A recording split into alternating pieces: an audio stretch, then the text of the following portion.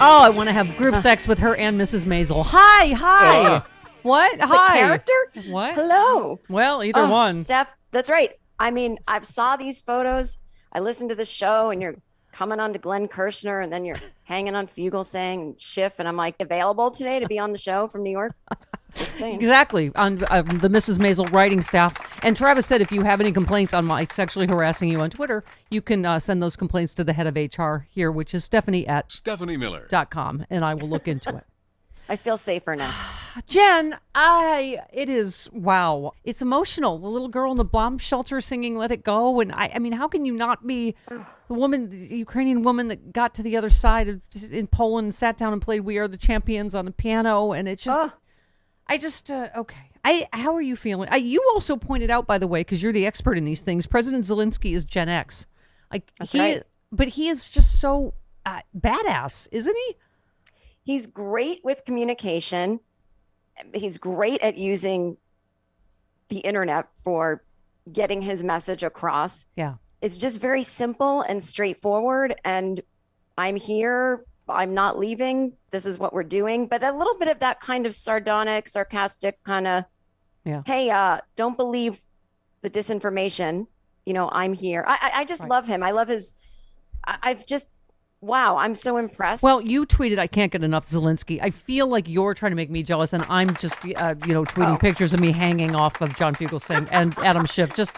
It's a whole game we have going. Maybe that is a game. But, I less am want to date him and more just want everyone to become like him. I want him to become the template for every kind of leader and every kind of citizen. Yeah. Because I think I quote tweeted when he was on a Zoom meeting with Rick Scott, and he said, please mute yourself. That's got to be a t-shirt or something. Right. Yes. Please he said, Senator yourself. Rick Scott, please mute your mic. We're like, you speak for all of us. Thank you.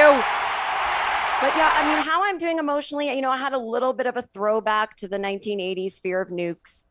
Yeah. I felt a little anxiety about, God, I almost miss the old Cold War where we didn't have a complete madman with nukes, you know? And so this time the whole notion that I get that we shouldn't provoke him and we want to follow the NATO rules. I get that. So I'm not saying let's, throw caution to the wind, but I do think he doesn't need to be provoked to use one.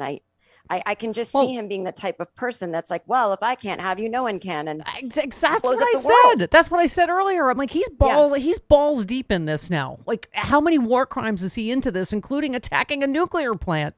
What's his out? He has no out, and that's what makes it so dangerous. He doesn't even have to bite cyanide. I think he wants to take us all with him. Yes, that's what I said. He doesn't even have to use his nukes if he blows up one of Ukraine's nuclear plants. I mean, we were saying this has never happened in history before, where a nuclear plant has been fired upon. You're like, this crazy mother, right? Yeah. Yeah. By the way, you had a great tweet. The Independent tweeted, anyone except for Russian nationals supporting Ukraine's cause is welcome to try and enlist, whether they have combat experience or not. And you said, hey, perfect opportunity for Americans who posed with machine guns on their Christmas cards this year to head on over. You love guns and freedom, right? And you must be bored just taking your assault rifle to Burger King. Sign up. Yeah. How about the right? how about the Russian, or the, what do you call it, the convoy, the freedom truckers? They're like, aren't they making circles around the Beltway right now? Yeah. Right? With Ricky Schroder. I see everybody on Twitter, I don't know about you, but just disavowing their crushes on Ricky Schroder when he was on. Oh, I don't. No? Because my crush makes him feel icky. Oh, okay. Because he doesn't like the gays. Yeah, that's true. Oh, that's true, Travis. Well, I'm proud to say I never had a crush on Ricky Schroder. I was always a Derek girl. That was Jason Bateman's character. He's a little bit more of a smarmy, sly badass. You made a good choice. So. Okay. Thank you. Yes, these are some fun facts, by the way, about the convoy. The average semi-truck gets 6.5 miles to the gallon. The convoy is going to be forced to pay thousands for just one day of protest.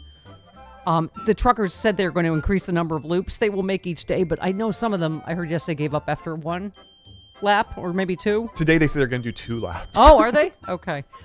Yesterday, some of the group got lost and separated, which likely caused them to use more fuel. So far, 6 trucks have peeled off after seemingly only completing one of the 2 Beltway laps. Mark tweeted, truckers bitching about fuel costs, but they can take time off to drive all the way to D.C. in a stupid-ass convoy and put diesel in at $4 a gallon to protest mask mandates that have that don't exist is about the dumbest thing I think I've ever heard. Keith tweeted, truckers convoy really know how to win over the populace by causing huge traffic jams to win people over to your cause, which is mask mandates that have already ended. So nicely done. Those are our freedom fighters in America, Jen. Compared to Ukraine. Compare, contrast. Isn't it ironic that the Russian convoy is also having kind of a similar issue? Yes. This 40-mile thing that's taking so long to get to Ukraine, and same thing. The trucks are breaking down. They get 1 mile to the gallon.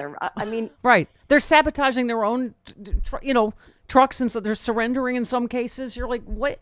I think don't you feel like that's the most dangerous thing for Putin's ego? Is he's being humiliated on the world stage. This clearly has not gone according to any Russian plan.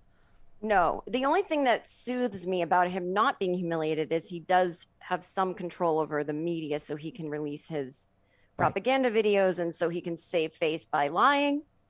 Well, except somewhere he must know. Except we were saying Anonymous has hacked into Russian TV, right? Streaming and that TV. Came out yesterday, yeah, to protest or to get the truth and anti-war messages to the Russian people, because we were saying that's one of the biggest things, Jen, is some people in Ukraine are saying they can't convince their mother in Russia what the truth is, right? That this Russian soldier that was captured said that we were told we're going to kill Nazis. We're going to help the Ukrainian people because the Nazis have taken over. But, Jen, a lot of them that are surrendering must be going, we're firing on civilians. We're not catching Nazis. We're, bombing kindergartens. I mean, it's... And that is frightening to think the mother of a soldier who's saying, no, I'm here, I'm telling you. I mean, it's the same cognitive dissonance. The only thing I think about Putin's state of mind in terms of if he's humiliated, I don't know. Was Trump ever humiliated? Do they have these kind of feelings? Yeah. Do they know they're feeling humiliated? I think they always just live in that zone of, I don't know, just wanting to win and being little boys. I'm just hoping that he doesn't feel humiliated if that's going to make him do anything drastic. Yeah, right. Like, this isn't drastic. We mean worse than genocide. Right. Worse than genocide. That's right. This is world nuclear annihilation. Right. Something like that. You tweeted, Twitter has been blocked in Russia, and you said, don't worry, folks. I'm sure the troll farms will still be pushing Russian propaganda on Twitter in America. Don't worry, you can still get it here. Yeah. I mean, I might be wrong about that. People have been saying that they feel they are seeing less bot activity on Twitter. Yeah. Well, because the ruble, they're all out of rubles, or they're worth a penny. Right. So that is a good thing. The unfortunate part is we've trained so many Americans. The bots have trained so many Americans that you don't know the difference anymore. Right. Is that a Russian bot? Is that an American who is cheering on Putin? So we still have them. Exactly.